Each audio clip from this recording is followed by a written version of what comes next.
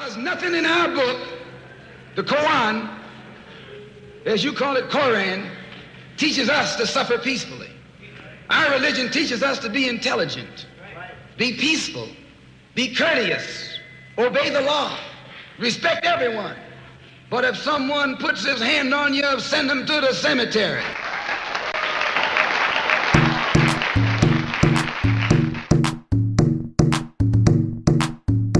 Brother Malcolm, we'll not forget you. My enemy is necessary, it's very necessary to find your adversary, follow the emissary. I want them come to take your territory, territory, territory, territory, territory. By any means necessary. I fight the cause, follow God's laws without pause, of course. Like Brother Malcolm, I find the source of those who spread mischief and fight these wars. Upon our lands, understand it's the hand of the man. Nothing changed since Malik Shabazz. People die on the street, Harlem to the creek. Black people getting beat, now Arabs feel the heat from police. Malcolm made it clear, Prince of Islam, Shaheed without fear. Inshallah, and his legacy will live on. Since he's gone, but the message remains that a nation cries out, we still feel pain and mental bondage in this society. What happened to piety? Brothers bragging the ghetto. Let's learn from Malcolm, learn to let go. Learn to let go. Learn to let go. My enemy is necessary, it's very necessary to find your adversary, follow the emissary. I want them to take your territory, territory, territory, territory. Malcolm X, when am I gonna learn? On the street of USA, the crosses them a burn. In a Baghdad, man, I fight man to a tongue. The whole world I respect Mr. Young.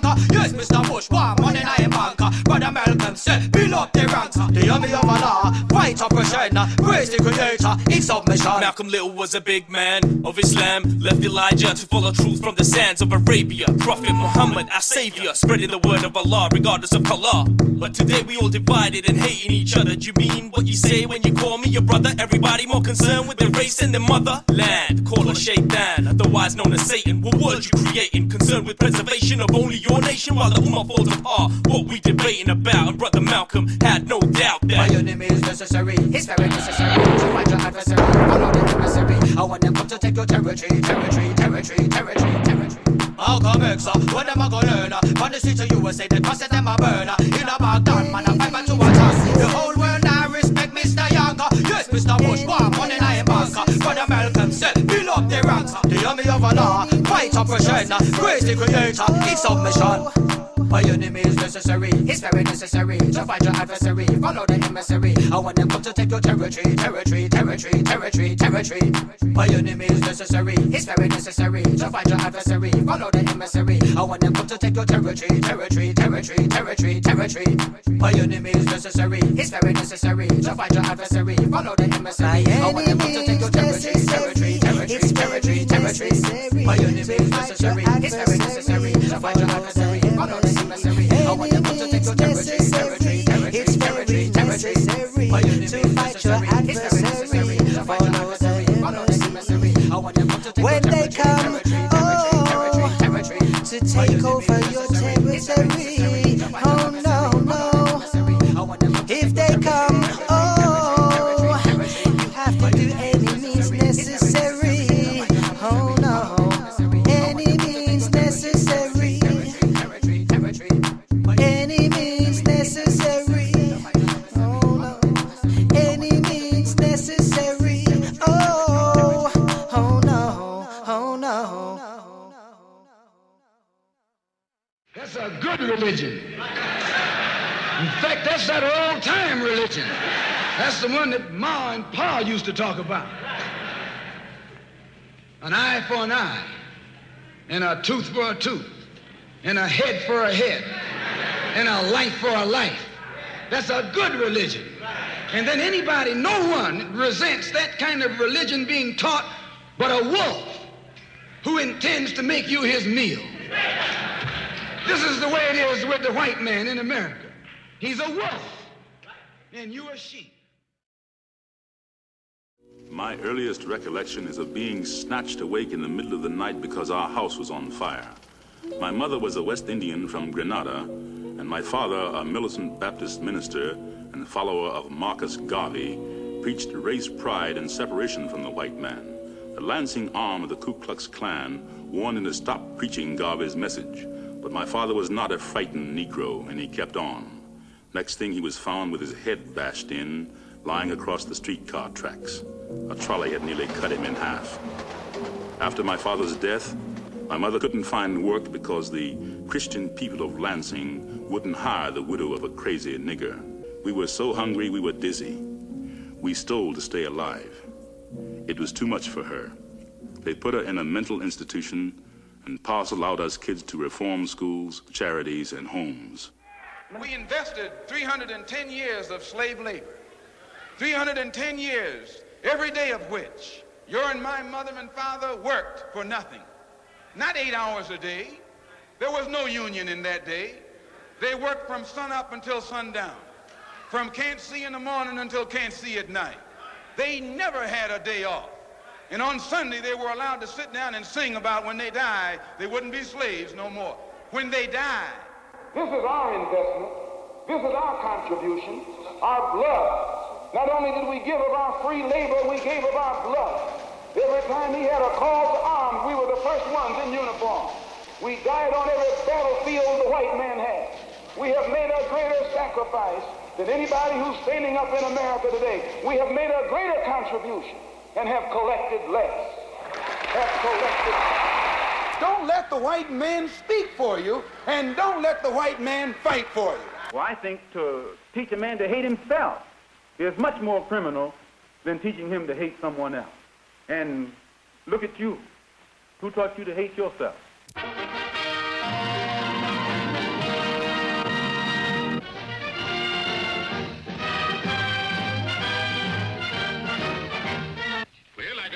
Right here, and they're open to each and every brother's complete inspection. Get your hands off of that thing there. So you want to see the financial books, huh? Yeah. Well, there he is. There he is. You done see them. The meeting's adjourned. What makes the so-called Negro unable to stand on his own 2 feet? He has no self-confidence. He has no proud confidence in his own race. Because the white man destroyed your and my past. Destroyed our knowledge of our culture. And by having destroyed it, now we don't know we have any achievements, any accomplishments. And as long as you can be convinced that you never did anything, you can never do anything. Christian religion has failed.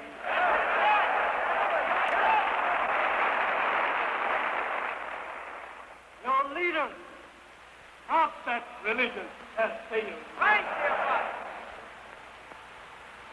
now the government of America has failed.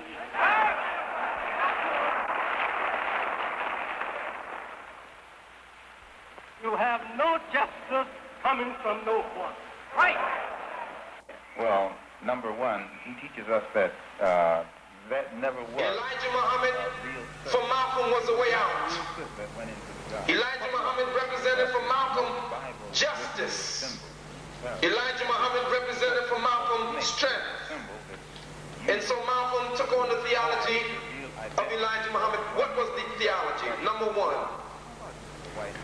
Elijah Muhammad taught that God wasn't a spirit, but God was a man named Fard Muhammad, whom his worshippers, followers worshiped. 2, Elijah Muhammad taught that he was the messenger of God. 3, Elijah Muhammad taught that all white people, every one of them, were devils. Elijah Muhammad taught that black people were gods. Elijah Muhammad taught the black man and black woman to do for self. In the name of Allah, the Beneficent, the Merciful, to whom all praises is due. Muhammad makes it imperative that a black man who becomes a Muslim works. Right. Get off the welfare. Right. Get out of that compensation line. Right. Be a man. Right. Earn what you need for your own family. Right. Then your family respects you. Right. They are proud to say, that's my father. Right. She's proud to say, that's my husband. Yeah. Father means you're taking care of those children. Right. Just because you made them, that don't mean you're a father. Anybody can make a baby. Right. But anybody can't take care of it. Right. Anybody can go and get a woman. But anybody can't take care of a woman. So husband means you are taking care of your wife. Father means you are taking care of your children. You are accepting the responsibilities of manhood.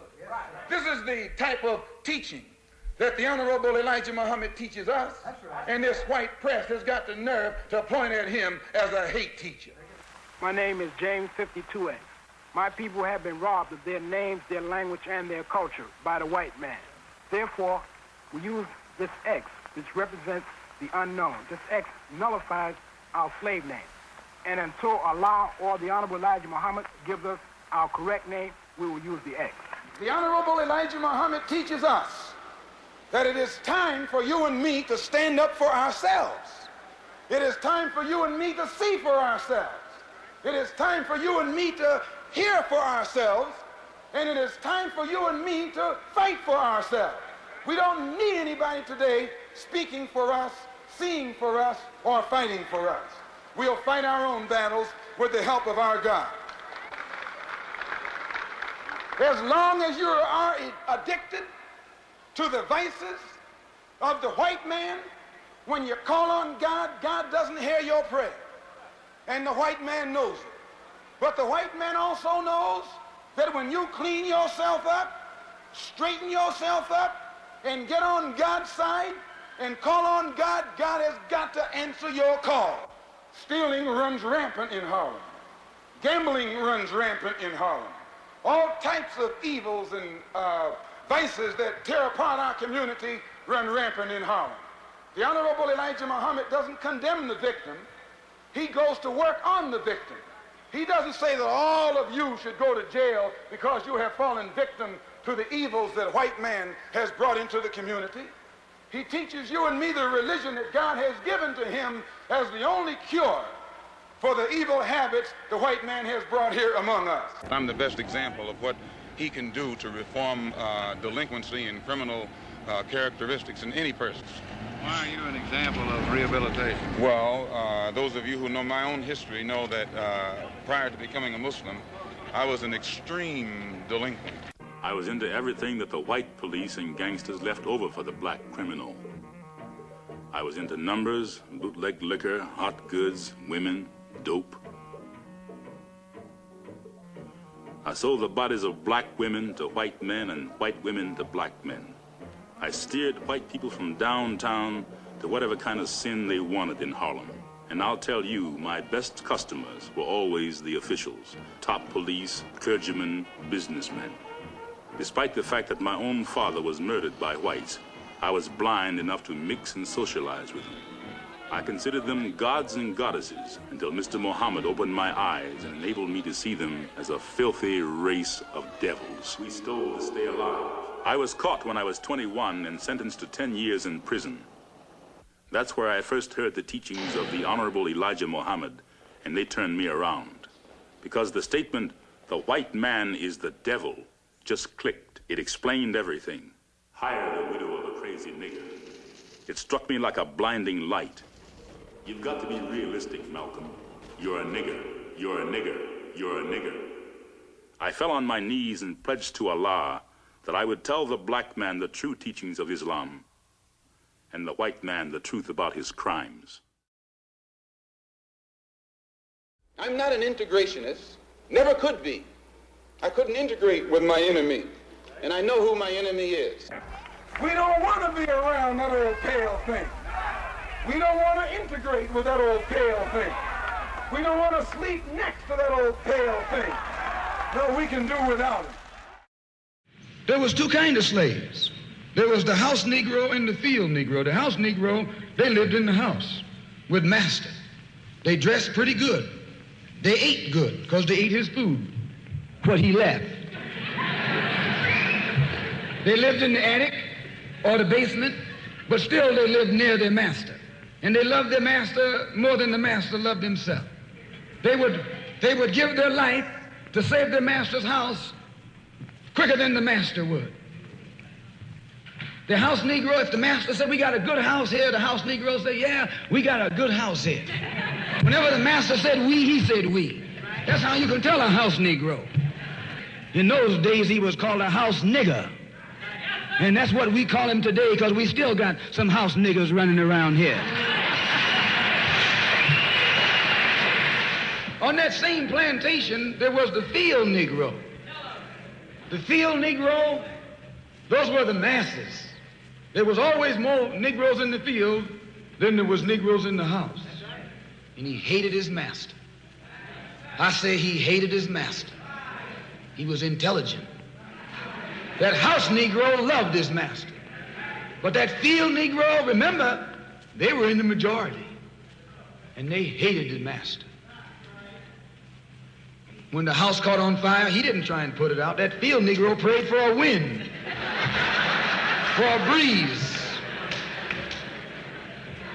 When the master got sick, the field Negro prayed that he died. If someone come to the field Negro and said, let's separate, let's run, he didn't say, where are we going? He said, any place is better than here. You got field Negroes in America today. I'm a field Negro. Imagine a Negro, our government. I even heard one say, our astronauts. They won't even let him near the plant. And our astronauts, our Navy.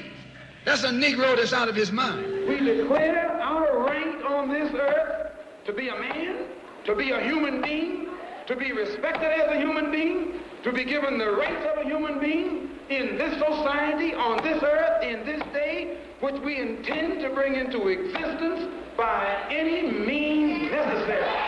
He teaches us to obey the law, to respect law enforcement officers, as long as these law enforcement officers respect themselves and respect the law that they represent.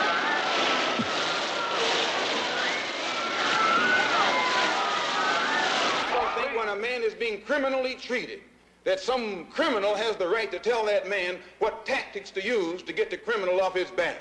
When a criminal starts misusing me, I am going to use whatever necessary to get that criminal off my back. Don't blame a cracker in Georgia for your injustices. The government is responsible for the injustices. Please. In Los Angeles, California last year, the police shot Ronald Stokes through the heart. He was a Phi Beta Kappa Korean vet. Many of you thought that we should go right on out then and make war on the white man. You wanted to do it yourself, didn't you? Didn't you? You wanted some action then, didn't you? Because you don't like the idea of white people shooting black people down, do you? We are Muslims, never forget. You don't kill our brother. We don't never forget. You don't shoot one of us and then grin in our face. You don't shoot one of us and then shake our hands and think we forget it. No, we never forget. We'll never forget. Someone has to pay. Somewhere, somehow, someone has to pay. When a snake bites your children, you don't go and look for the snake that has blood on his jaws. Any old snake will do. Any old snake will do. An eye for an eye, and a tooth for a tooth, and a head for a head, and a life for a life. That's a good religion. And then anybody, no one resents that kind of religion being taught but a wolf who intends to make you his meal.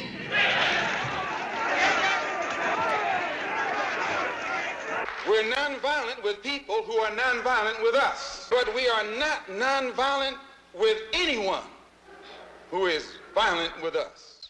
When you have a philosophy or a gospel, I don't care whether it's a religious gospel, a political gospel, an economic gospel, or a social gospel, if it's not going to do something for you and me right here, right now, to hell with that gospel. So we have to have a new approach, a new appraisal. And this new appraisal and new approach has to be in tune with the reality of the conditions that we are in after having been thoroughly brainwashed by this blue-eyed white man.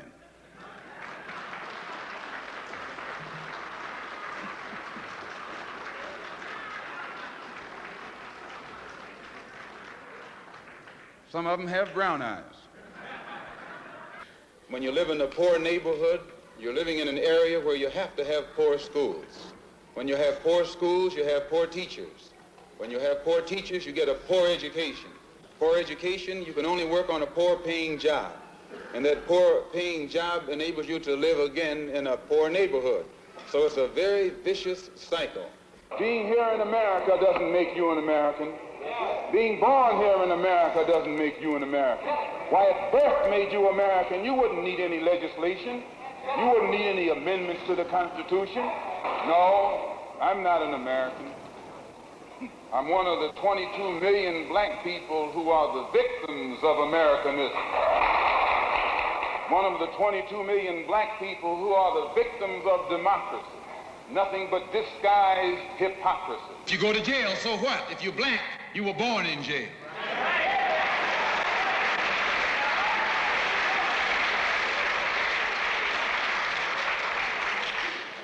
If you black, you were born in jail. In the North as well as the South. Stop talking about the South. As long as you're south of the Canadian border, you're South. Here he is standing up in front of other people, Uncle Sam, with the blood of your and my mothers and fathers on his hands.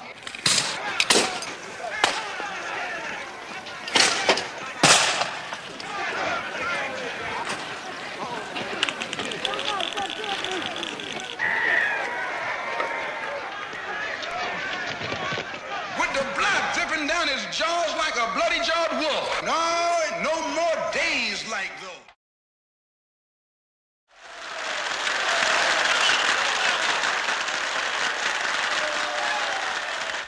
There's great interest in the fact that you have joined the Muslim religion. How long have you had this interest, Cassius? Oh, for the past 6 years, I would say, after hearing a lot of teachings on Negro history and who we were before we got here.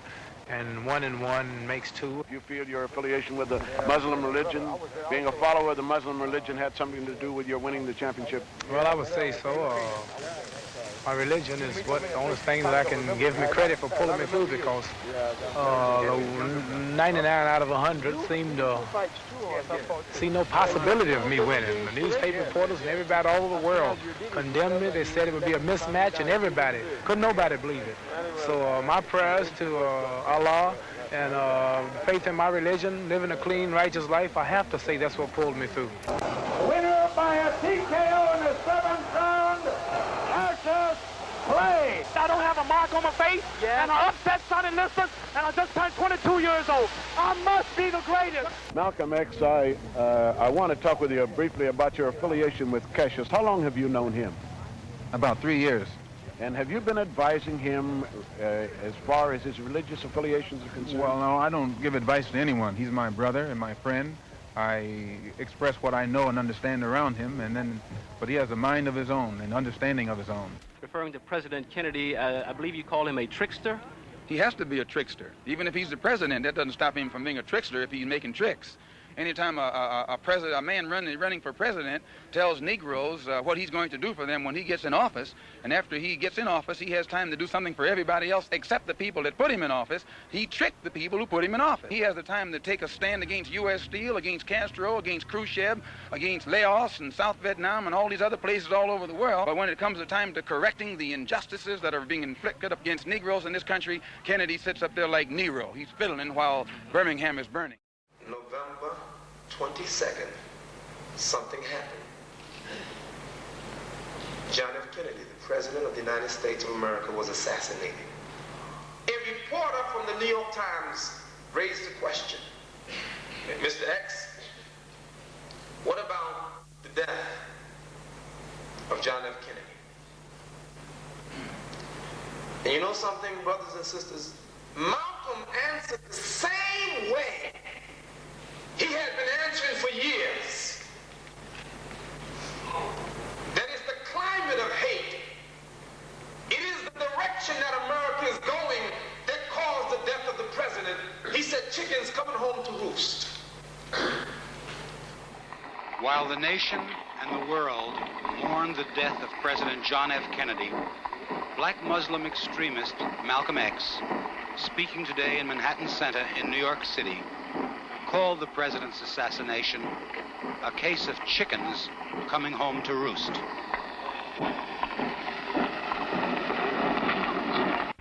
This statement is from Messenger Elijah Muhammad, the leader of the Muslims in America.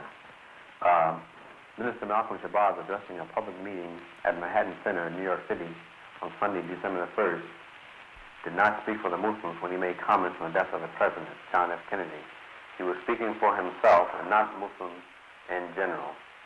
And Minister Malcolm has been suspended from public speaking for the time being. I've been silent for the past 90 days because of some statements I made concerning the President of the United States, which were distorted. They were distorted? And yes. What did you say, Malcolm? Well, I said the same thing that everybody says, that his assassination was the result of the climate of hate.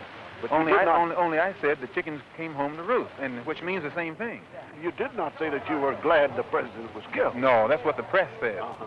What would I look like saying that I'm glad the president was killed? Malcolm, this is your first public statement in that 90-day period, is it not? First time I opened up my mouth in 90 days. That's why I'm talking so fast and so hearty. You feel, however, that we're making progress in this country and worldwide? No. I will never say that progress is being made. If you stick a knife in my back 9 inches and pull it out 6 inches, there's no progress. If you pull it all the way out, that's not progress. The progress is healing the wound that the blow made. They won't even admit the knife is there. I did receive word from him that the 90-day suspension that I was under was not to be lifted, that it would remain indefinite. And as I... When did this take place? This past week. And so I just reached the conclusion that I frankly didn't think that I would ever be an active member of the Nation of Islam anymore. March 8th, 1964, Malcolm officially broke with the Nation of Islam. He went to his sister, Ella. I think she was living in Boston at the time. He said, "You have to help me. I have to make the pilgrimage to Mecca." She was saving money. And she said, "Don't worry, Malcolm. I was saving money to go for pilgrimage. I'll give it for you and let you go."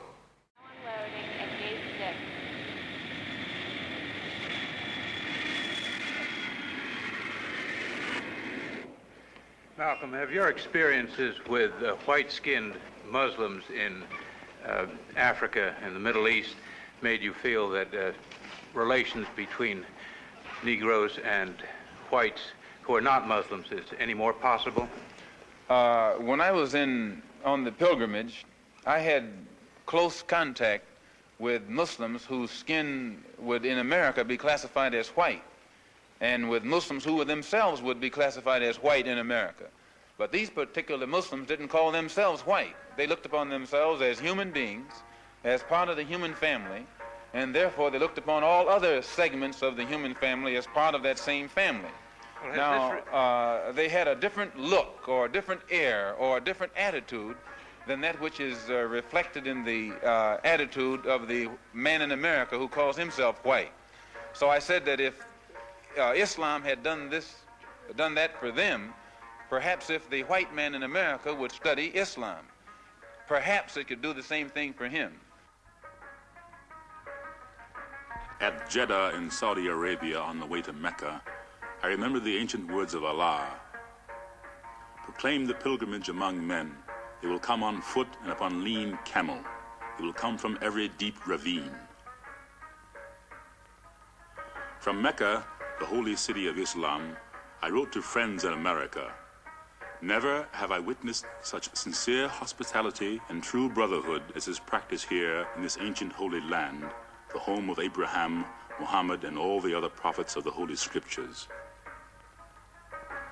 You may be shocked at these words coming from me, but what I have seen has forced me to rearrange much of my thought patterns previously held, to toss aside some of my previous conclusions.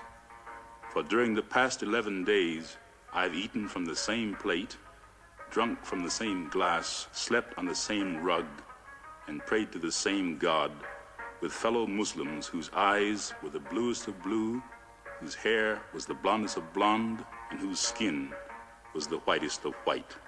We are truly the same because their belief in one God has removed the white from their minds, the white from their behavior, and the white from their attitudes. Wearing the Ihram garb of a pilgrim, I made the 7 circuits around the Kaaba. I drank from the sacred well of Zemzem. I ran between the hills of Safa and Marwa. I stood on Mount Ararat and with my brothers proclaimed, I come, O Lord, I come. God is great. Lead us, O Lord, in peace. And for the first time in my 39 years on this earth, I stood before the Creator of all and felt like a complete human being. Sincerely, El Hajj Malik El Shabazz, Malcolm X. لبيك اللهم لبيك. He met people all over the world. He met white Muslims who helped him. He met black Muslims and yellow Muslims and Muslims from China and Russia, from all over the world. And he recognized, man, it had nothing to do with your skin color, but it had everything to do with what's on the inside of you. And Malcolm then, for the first time, became a real Muslim. He had books, and he began to read. He wanted to know what Islam was all about, because he knew then that Elijah Muhammad was a fake and a fraud. I think a lot of people confused by the new Arabic name, El Hajj Malik El Shabazz. I've always had the name on my passport, Malik El Shabazz, only I only used it in the Muslim world. Well, Hajj is a title that is given to any Muslim who makes the pilgrimage to Mecca during the official Hajj season. Well, will you now use Shabazz and drop X? I'll probably continue to use Malcolm X and I'll probably use it as long as the situation that produced it exists. You don't feel that Shabazz takes the place of X? My going to Mecca and going into the Muslim world, into the African world, and being recognized and accepted as a Muslim and as a brother may solve the problem for me personally. But I personally feel that my personal problem is never solved as long as the problem is not solved for all of our people in this country. So I remain Malcolm X as long as there is a need to protest and struggle and fight against the injustices that our people are involved in this country. Are you prepared to go into the United Nations at this point and ask that charges be brought against the United States for its treatment of American Negroes? Oh, yes. Oh, yes, please. I think you're right in my chairman. The audience will have to be quiet.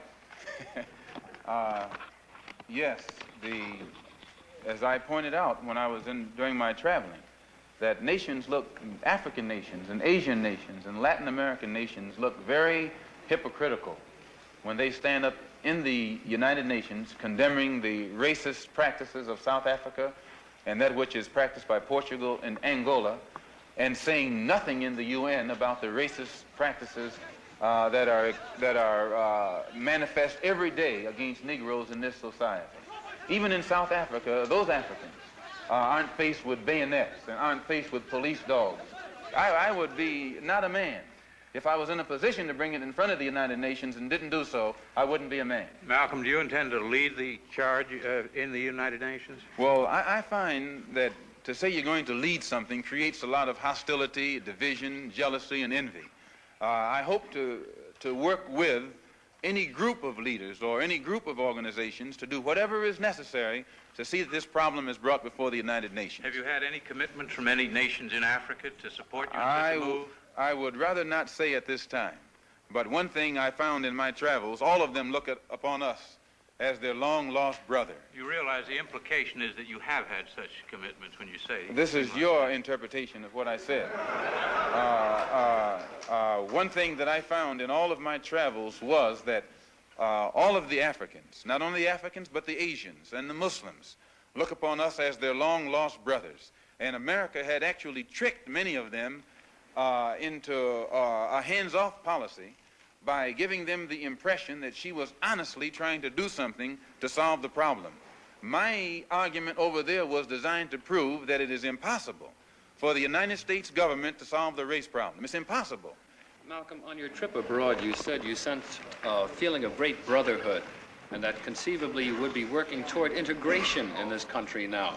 At least this is what you're reported to have said. Have you any comment on it? I don't think that I ever mentioned anything about working toward integration. They haven't even got integration right here in New York City. You have worse integration problems in the North than they have in the South. So if it doesn't work if you can't bring about integration in New York City as international, cosmopolitan, up-to-date as it's supposed to be, you will never get integration anywhere else in the country. Are you prepared to work with some of the leaders of the other civil rights organizations? Certainly, certainly. We will work with any groups, organizations, or leaders in any way, as long as it's genuinely designed to get results. Does your new beard have any religious significance? No, not particularly, but I do think that you'll find black people in America, as they strive to throw off the shackles of mental colonialism, will also probably reflect an effort to throw off the shackles of cultural colonialism. And they may begin to reflect desires of their own, with standards of their own.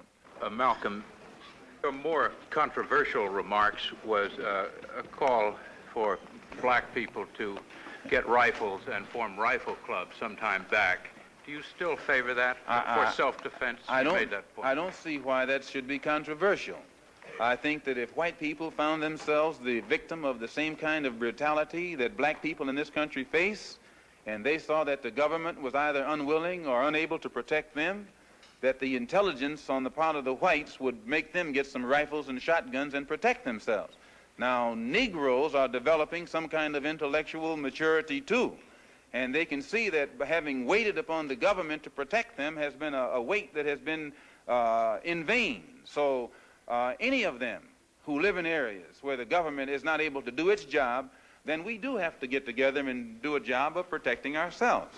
No Negro leaders have fought for civil rights. What do you mean They by have fought? begged for civil rights. They have begged the white man for civil rights. They have begged the white man for freedom. And anytime you beg another man to set you free, you will never be free. Freedom is something that you have to do for yourselves. And until the American Negro lets the white man know that we are really, really ready and willing to pay the price that is necessary for freedom, our people will always be walking around here second-class citizens, or what you call 20th century slaves.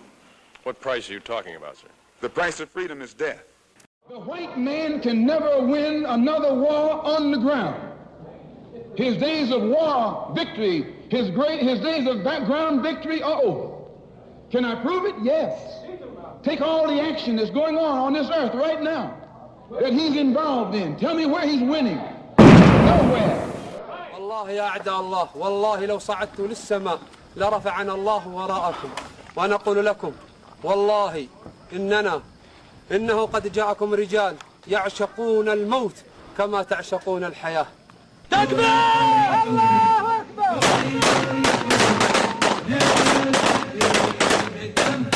زندباد أمير المؤمنين!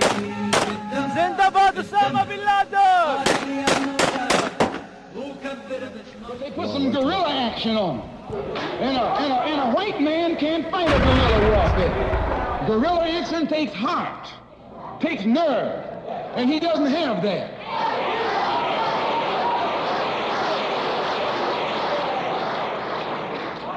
He's brave when he's got tanks. He's brave when he's got planes. He's brave when he's got bombs. He's brave when he got a whole lot of company along with him. But you take that little man from Africa and Asia, turn him loose in the woods with a blade. And when the sun goes down and it's dark, it's even Steven. It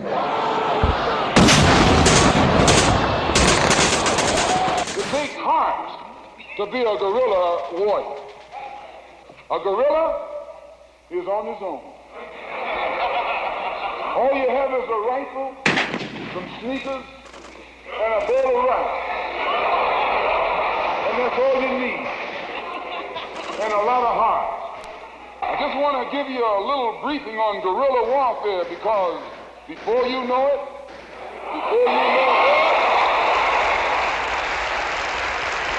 I hope I haven't put anybody on the spot. I'm not intending to try and stir you up and make you do something that you wouldn't have done anyway.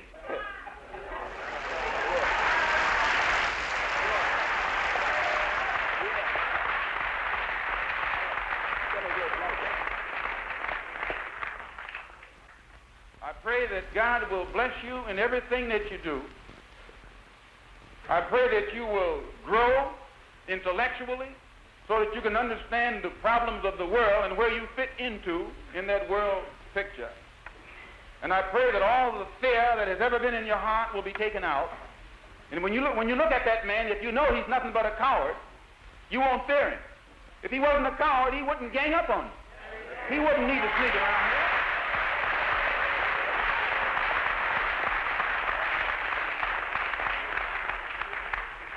This This is how they function. They function in mobs. That's a coward. They put on a sheet so you won't know who they are. That's a coward. No. The time will come when that sheet will be ripped off. If the federal government doesn't take it off, we'll take it off.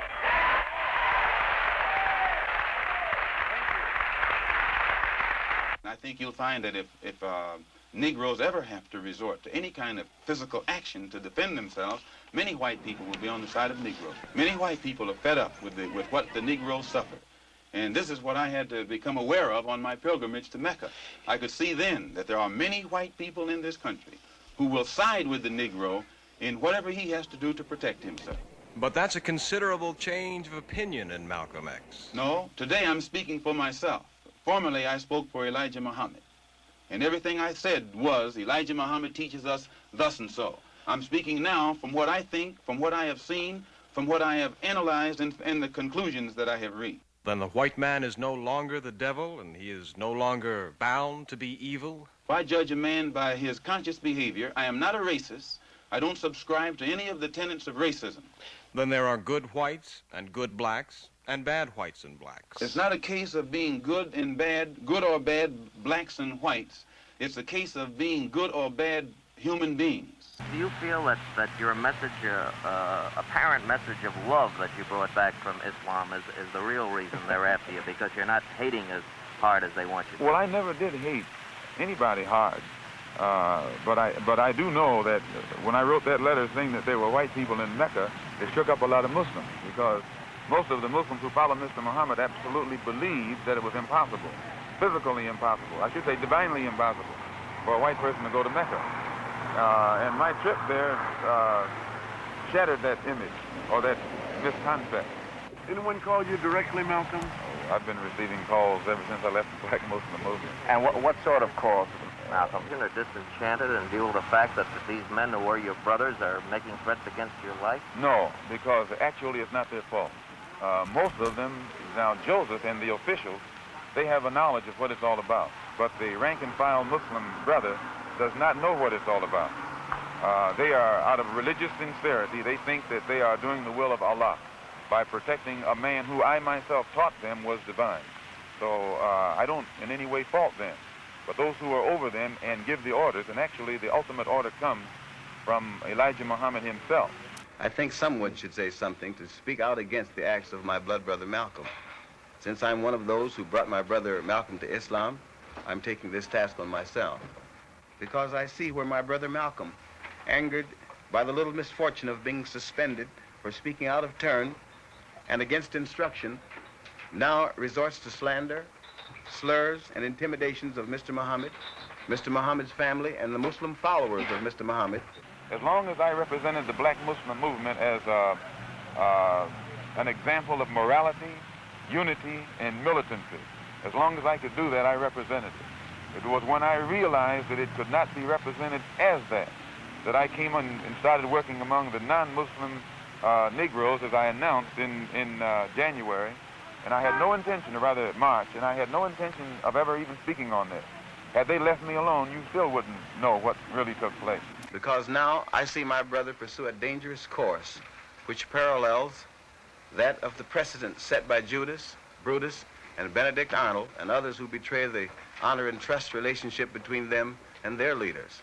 Why are they threatening your life? Well, primarily because they're afraid that I will tell the real reason that I'm out of the Black Muslim movement, which I never told. I kept to myself. But the real reason is that Elijah Muhammad, the head of the movement, is the father of 8 children by 6 different teenage girls, 6 different teenage girls who were his private personal secretary. The one who first made me aware of this was Wallace Muhammad, Mr. Muhammad's son. Because I am aware of the great mental illness which besets, unfortunately, many in America, and which besetted my mother, whom I love, and many of my other brothers, and which now may have taken another victim, my brother Malcolm. And I had stated in a newspaper article about an effort to take my life back in January, and at that time the Muslims denied it. In fact, they tried to make it appear to my brother that I was insane. But on a program in Chicago called Hotline, that's moderated by Wesley South, John Ali, the national secretary, admitted, I think it was Wednesday or Thursday, one of these days last week, that they absolutely were going to kill me. What steps will you take to protect yourself from this threat? I take no steps. I have a rifle. If anybody comes to my house without a good reason, I intend to try and use it, and that's all. These threats, are you concerned about your own life right now? No, I don't worry. I tell you, I'm a man who believed that I died 20 years ago, and I live like a man who is dead already. I have no fear whatsoever of anybody or anything. This is Leon Amir, who was Cassius Clay's secretary, whom they beat unmercifully up in Boston. I was attacked by them in Boston on December the 25th in the lobby, the hotel lobby of the Sherry Biltmore Hotel. And they're still after me. And it was he who heard Elijah Muhammad Jr. come to New York when Elijah Muhammad was at the Armory in June of last year. Jr. stood up and told the Fruit, many of whom are here now also, that I should have been killed, that my tongue should have been put in an envelope and sent back to Chicago by now. And then Clarence, the captain from Boston, and John, the captain from Springfield, came to New York to assassinate me and came to him to get a silencer and couldn't get it. So the police know this. It's not something that's new. They just wait until the job is done and then they step in. You mean he was going to kill you? Oh, yes. One of them was, an attempt was made to get one of them to wire my car with an explosive.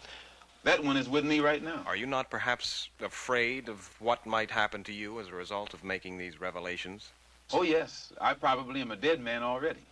I wanted you to know that my house was bombed. It was bombed by the black Muslim movement upon the orders of Elijah Muhammad. Now, they had come around they had planned to do it from the front and the back so that I couldn't get out. They covered the front completely, the front door. Then they had come to the back, but instead of getting directly in the back of the house and throwing it this way, they stood at a 45-degree angle and tossed it at the window, so it glanced and went onto the ground. And the fire hit the window, and it woke up my second oldest baby. But the fire burned on the outside of the house. But had that one gone through that window, it would have fallen on a 6-year-old girl, a 4-year-old girl, and a 2-year-old girl. And I'm going to tell you, if it had done it, I'd taken my rifle and gone after anybody in sight. I would not wait. And if you attack me, that's one thing. I know what to do when you start attacking me. But when you attack sleeping babies while you are lower than a guy... The only thing that I regret in all of this is that two black groups have to fight and kill each other off. I feel responsible for having played a major role in developing a criminal organization.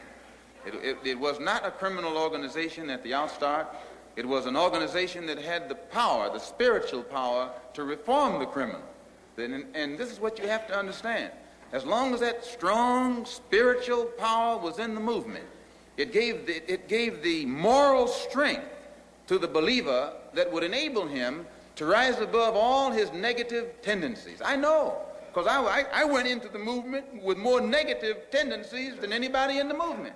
And just faith in what I was taught what made it possible for me to stop doing anything that I was doing and everything that I was doing. And I saw thousands of brothers and sisters come in who were in the same condition. And whatever they were doing, they would stop it overnight, just through faith and faith alone. And by this spiritual force, giving one the faith that enabled one to exercise the moral discipline, it became an organization that was to be respected as well as feared. Soon as we established our religious authenticity with the Muslim world, we set up the Organization of Afro-American Unity and took immediate steps to make certain that we would be in direct contact with our African brothers on the African continent. So the first step that has been taken, brothers and sisters, since Garvey died, to actually establish contact between the 22 million black Americans with our brothers and sisters back home was done by two organizations. And you know we've got to unite with them because there are 700 million Muslims. And we sure need to stop being the minority and become part of the majority. What's your plan now? I'm going back to the States first and see how my family is doing, you know. Yes. Got a family there. And see what develops.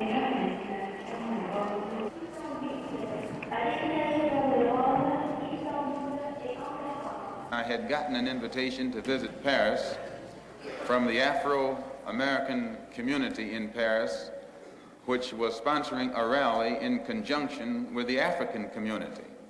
When I got to Paris, the man said I couldn't come in. Some man, French man. They gave me no explanation other than to say, we have our orders. They wouldn't let me phone the American embassy, and they tried to imply that the American embassy was behind it, which I told them that I didn't know that France was a satellite of the United States. Well, this made them angry because they like to be independent, you know, or pretend to be independent. They were taking their orders from someone as high up in the French Foreign Ministry who did not want me to enter France, and there's a reason for it. I don't blame them. And I told them while I was there that maybe my plane got mixed up and I was in South Africa in the wrong country. I told them this couldn't be Paris, it must be Johannesburg. And they got red. And you know how they can get red. There's a large, increasing number of dark-skinned people swelling the dark population of France and Britain, and it's giving them a great deal of cause for worry. No effort has been made to unite the Afro-American community or the American Negro community with the West Indian community, and then those two communities with the African community, and those communities with the Asian community. This has never been done. And this frightened many interests in this country. Many people in this country who want to see us the minority and who don't want to see us taking too militant or too uncompromising a stand are absolutely against the successful regrouping or organizing of any faction in this country whose thought and whose thinking pattern is international rather than national. And then if this man over here plays too rough, we got some brothers who can play as rough as he.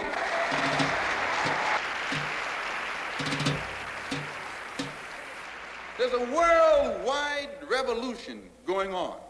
It goes beyond Mississippi. It goes beyond Alabama. It goes beyond Harlem.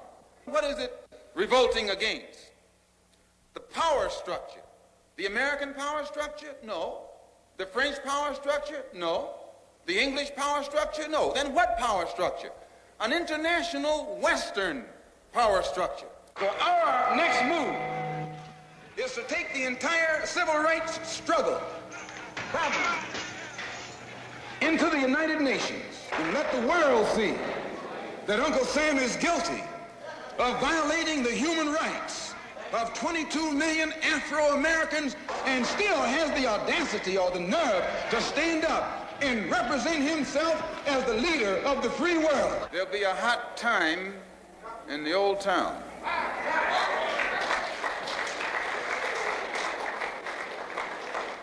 With regret, with great regret. Now, I am well aware of what I'm setting in motion by what I'm saying up here tonight. I'm well aware. But I have never said or done anything in my life that I wasn't prepared to suffer the consequences for. I present to you Brother Minister Malcolm, and I pray that you and I will listen, hear, and understand. Thank you.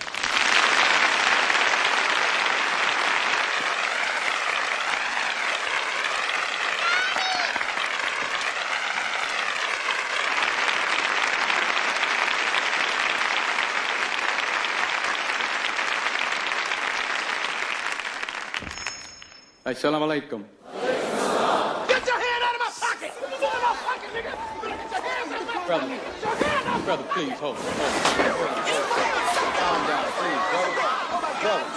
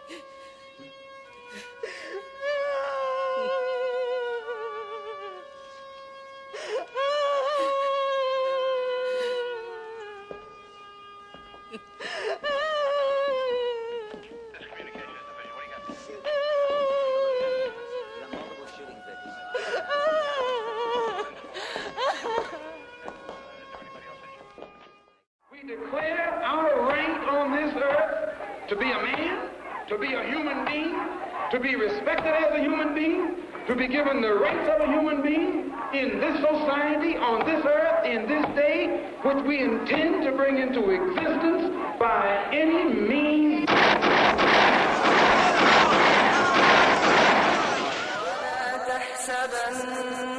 الذين قتلوا في سبيل الله أمواتا بل أحياء عند ربهم يرزقون فرحين بما آتاهم الله من فضله ويستبشرون فرحين بما آتاهم الله من فضله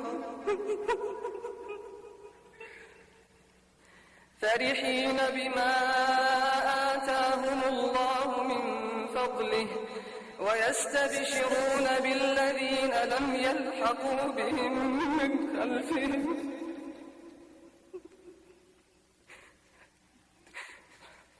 ألا خوف عليهم ولا هم يحزنون.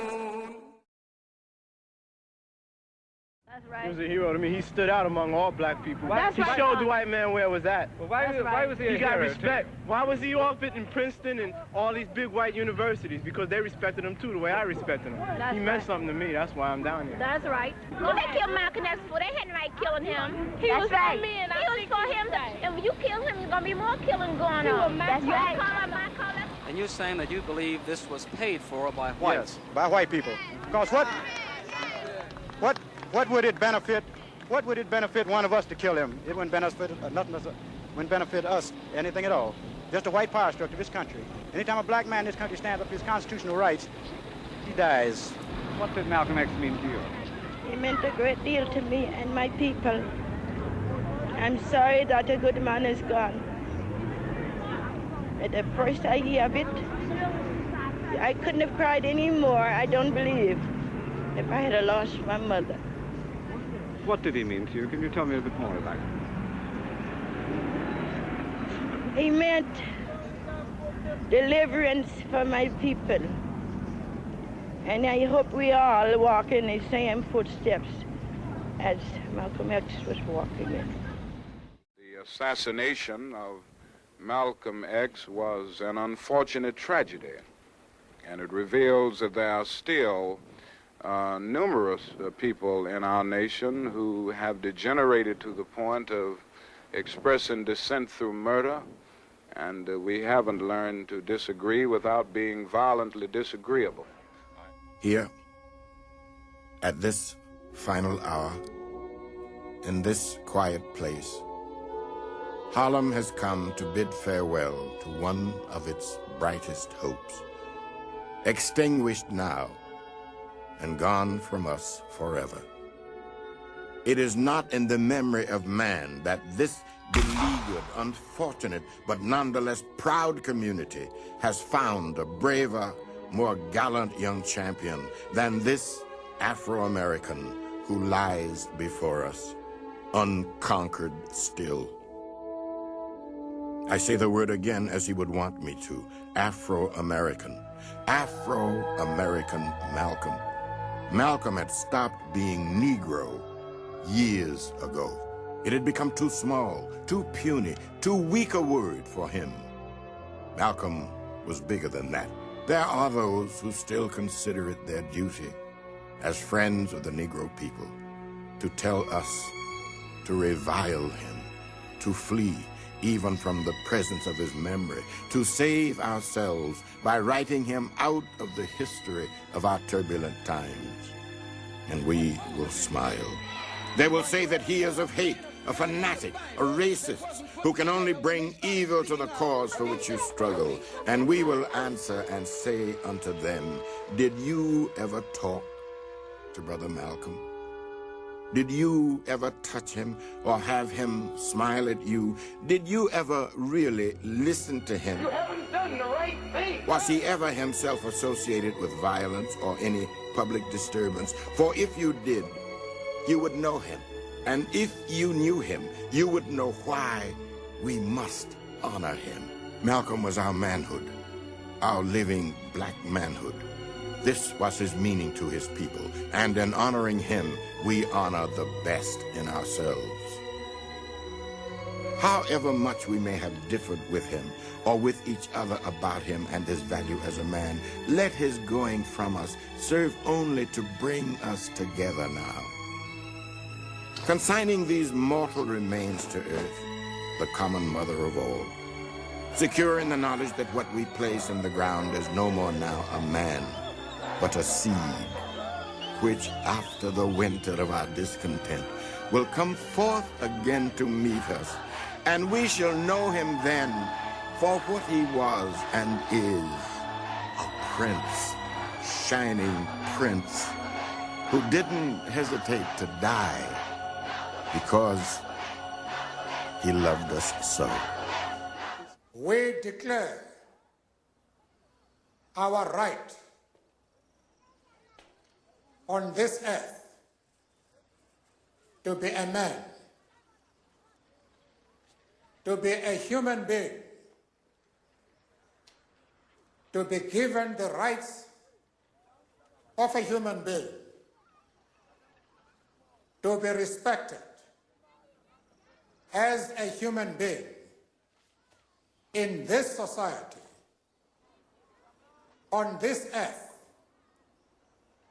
in this day, which we intended to bring into existence. By any means necessary. I fight the cause, follow God's laws without pause, of course. Like Brother Malcolm, I find the source of those who spread mischief and fight these wars. Upon our lands, understand it's the hand of the man. Nothing changed since Malik Shabazz. People die on the street, Harlem to the Creek. Black people getting beat now, Arabs feel the heat from police. Malcolm made it clear, Prince of Islam, Shaheed without fear. Inshallah, and his legacy will live on. Since he's gone, but the message remains that a nation cries out, we still feel pain and mental bondage in this society. What happened to piety? Brothers bragging the ghetto. Let's learn from Malcolm, learn to let go. Learn to let go.